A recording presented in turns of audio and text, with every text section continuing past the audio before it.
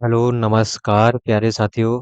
आज की वीडियो में मैं आप सभी को बताने वाला हूँ कि अगर आप सभी लोग झारखंड राज्य से बिलॉन्ग करते हैं, तो यहाँ पर आप सभी लोग अपनी वृद्धावस्था पेंशन, विकलांग पेंशन और विधवा पेंशन किस प्रकार से बना सकते हैं।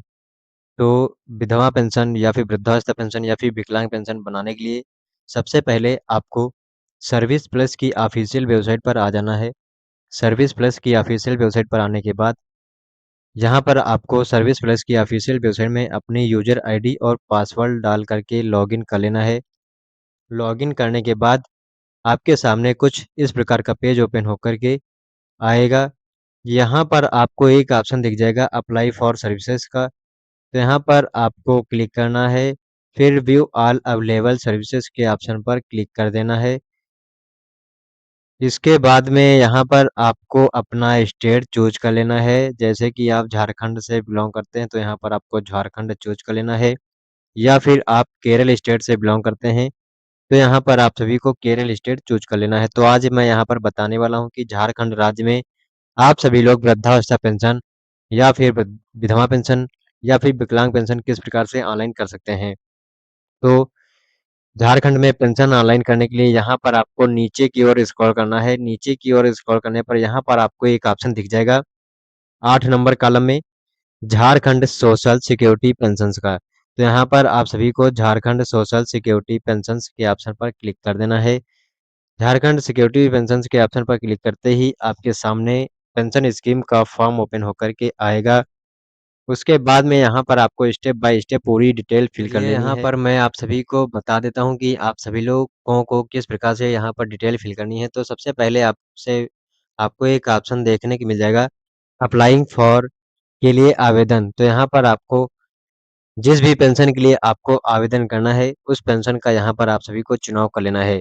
जैसे कि आप सभी लोग वृद्धावस्था पेंशन के लिए आवेदन करना चाहते हैं, तो यहाँ पर आपको वृद्धावस्था पेंशन यानी कि ओल्ड एज पेंशन का चुनाव करना है।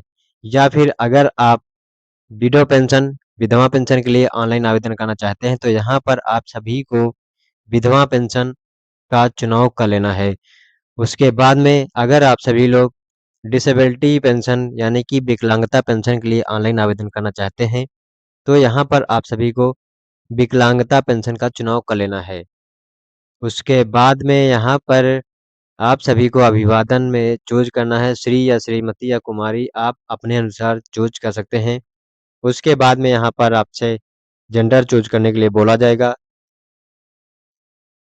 तो यहाँ पर आप सभी को अपना जेंडर चूज़ कर लेना है। फिर यहाँ पर आप सभी को पूरा नाम, श्रेणी, डेट ऑफ बर्थ, आयु, वार्षिक आय कितनी है। अगर आपके पास निर्वाचन कार्ड नंबर है, तो यहाँ पर आप सभी लोग अपना निर्वाचन कार्ड नंबर भर सकते हैं, नहीं है तो यहाँ पर आप ब्लैंक ही छोड़ सकते हैं। उसके बाद में राशन कार्ड संख्या है, तो यहाँ पर आप फिल कर सकते हैं, नहीं तो कोई ज़रूरी नहीं है। उसके बाद में यहाँ पर आप सभी को मोबाइल नंबर फिल करना अनिवार्य है। फिर यहाँ पर आवेदक का निवास प्रकार क्या है, तो यहाँ पर परमानेंट या फिर टेम्परेरी जो भी आप अपने अनुसार यहाँ पर चूज़ कर सकते हैं। उसके बाद में यहाँ पर आपको एप्लीकेंट की फ़ोटो अपलोड करनी है। फिर यहाँ पर आपको नीचे आना है बीपीएल डिटेल में। यहाँ पर आपके पास अगर बीपीएल कार्ड है, तो यहाँ पर आप बीपीएल कार्ड की डिटेल यहाँ पर फ़िल कर सकते हैं। अगर आपके पास बीपीएल कार्ड नहीं है, तो यहाँ पर आप ब्लैंक ही छोड़ सकते हैं। उसके बाद में यहाँ पर आप सभी को फैमिली आईडी नंबर फ़िल करना अनिवार्य है। अगर है तो यहाँ पर फ़िल कर सकते हैं, नहीं है तो ये ज़्यादा अनिवार्य है नहीं, इसे आप ब्लैंक ही छोड़ सकते हैं। फैमिली आईडी नहीं है, तो आप सभी लोग फैमिली आईडी बनवा लीजिएगा। अगर आप सभी के पास फैमिली आईडी होगी, तो आप सभी को पेंशन के लिए जल्दी से अप्रूवल मिल जाएगा। अगर आप सभी की फैमिली आईडी यहाँ पर नहीं बनी है, तो आपका पेंशन का फॉर्म जो है वो एक बार रिजेक्ट भी किया जा सकता है। इसीलिए अगर आप सभी लोग वृद्धावस्था पेंशन के लिए ऑनलाइन आवेदन कर रहे हैं झारखंड राज्य में, तो आप सभी को ये ध्यान देना है कि आपकी फैमिली आईडी बनी होनी चाहिए। अगर आपकी फैमिली आईडी नहीं बनी है, तो यहाँ पर आपको दिक्कत का सामना करना पड़ सकता है। उसके बाद में यहाँ पर आपको रिलेशन डिटेल भरनी है। रिलेशनल डिटेल में आपको यहाँ पर एप्लीकेंट इज सन या डॉटर या फिर वाइफ यहाँ पर आपको चूज़ कर लेना है। उसके बाद में सॉलिसिटेशन चूज़ करना है। फिर यहाँ पर आपको पूरा नेम, उसके बाद में प्रेज़ेंट एड्रेस आपको यहाँ पर फिल करना है। प्रेज़ेंट एड्रेस आपको फिल कर लेना है। उसके बाद में यहाँ पर अगर आपका परमानेंट एड्रेस, प्रेज़ेंट एड्रेस के सेम है तो यहाँ पर आपको यस कर देना है। अगर सेम नहीं है तो यहाँ पर आपको यस नहीं करना है। उसके बाद में यहाँ पर आपको अपना एड्रेस पूरा फिल कर देना है। इतना करने के बाद यहाँ पर आपसे डिसबर्समेंट डिटेल्स माँगी जाएँगी। यहाँ पर आपको डिसबर्समेंट डिटेल यहाँ पर फिल करनी है, जैसे कि यहाँ पर आपका अकाउंट पोस्ट ऑफिस में है या फिर बैंक अकाउंट है। अगर आपका अकाउंट पोस्ट ऑफिस में नहीं है तो आप बैंक अकाउंट का चुनाव करके आगे बढ़ेंगे। यहाँ पर आप सभी को अपना बैंक अकाउंट नंबर फिल करना है, आईएफएससी कोड और बैंक ऑफिस यानी कि बैंक का नाम, शाखा का नाम और ब्रांच का कोड यहाँ पर आपको भर देना है।